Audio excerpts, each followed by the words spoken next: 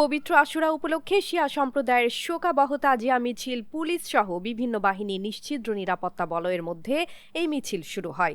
রোববার সকাল 10টায় রাজধানীর 400 বছরের পুরনো হোসনি দালান থেকে এই শোক মিছিল শুরু হয়। তাজিয়া মিছিলটি হোসনি দালান ইমামবাড়া থেকে রাজধানীর Azimpur, Nilkhet, new market, science lab ঘুরে ধানমন্ডি গিয়ে হয়। মিছিলে অংশ নেওয়া অধিকাংশকেই কালো পোশাক পরিধান করতে দেখা যায়। এছাড়া তাদের হাতে প্রতীকী ছুরি, আলাম, পতাকা বা নিশান, বেস্তা, বইল আলামও দেখা যায়।